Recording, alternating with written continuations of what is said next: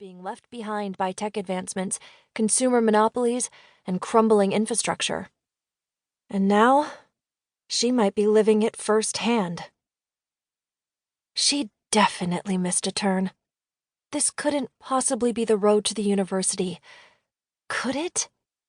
There was nothing out here but pasture land, farmhouses, trees, and... Are those goats? They were. There were freaking goats standing in the road up ahead. 3 of them, and even more milling around the overgrown ditch that ran alongside the blacktop road. Did people just let their goats roam freely out here? Could they be wild goats? Did they have wild goats in Texas? Were wild goats even a thing? Mia had no idea. The closest she'd ever gotten to a goat was at a petting zoo.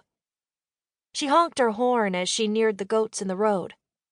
But they didn't seem interested in getting out of the way. They simply stared at her rental car as it rolled to a stop in front of them. Seriously? Mia put the car in park, unclipped her seatbelt, and shoved the door open. The humid heat hit her like a slap from a hot towel. Her weather app had predicted highs in the low 90s for Central Texas today, which had seemed ludicrously hot for May, but it felt more like 1,000 degrees out here.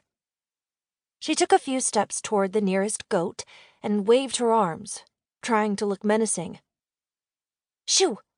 Go on! Get out of here! Instead of moving out of the road like a reasonable creature should, the goat stood its ground, regarding her with its unnerving sideways cat eyes. These goats weren't anything like the cute baby billy goats Mia had encountered at petting zoos. These goats were big and wide, almost half her height, with huge udders hanging between their back legs.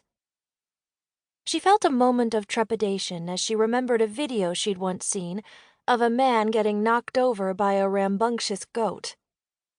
The video had been hilarious, but it was probably a lot less funny if you were the person being attacked by the goat. Maybe she should have stayed in the car. She was dressed for her job interview and didn't fancy being butted into the ditch by an angry goat. Imagine explaining that to the hiring committee. Sorry I'm covered in dirt and vegetation, gentlemen, but you see, I was attacked by a wild goat on my way here. These goats didn't look particularly angry, fortunately, or inclined to rambunctiousness. Mostly they looked bored and hot. Mia could relate.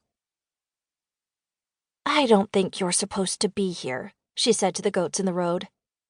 And I'm definitely not supposed to be here. The nearest goat tilted its head at her and bleated, though it was almost more of a honk than a bleat. It had a big nose for a goat. Not that Mia was any great expert on goat noses, but it seemed to have an unusually large, convex nose that gave it a distinctly comical appearance. It also had long, floppy ears that hung down past its chin like a lop-eared bunny. It was pretty cute, actually. Based on the bulging udder, she deduced it was female. It also didn't have any horns, which she hoped meant it wasn't the sort of goat who went around butting people into ditches. It started walking toward her, and Mia stiffened in fear. But all it did when it reached her was nudge her hand with its head, the same way her friend Brooke's cat did when it wanted to be petted.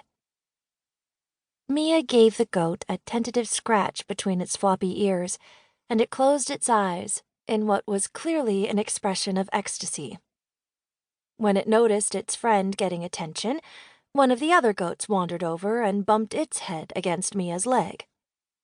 She gave it a head scratch, too. They seemed friendly and sweet, as long as you gave them what they wanted. They reminded her of dogs, and she'd always liked dogs, despite never owning one herself. A third goat wandered over, and Mia alternated pets between her 3 new friends. You like that, huh? Just call me the goat whisperer, I guess. This was certainly not how she'd expected today to go. She was supposed to be meeting with members of the Bowman University Math Department in 15 minutes, not standing on a dusty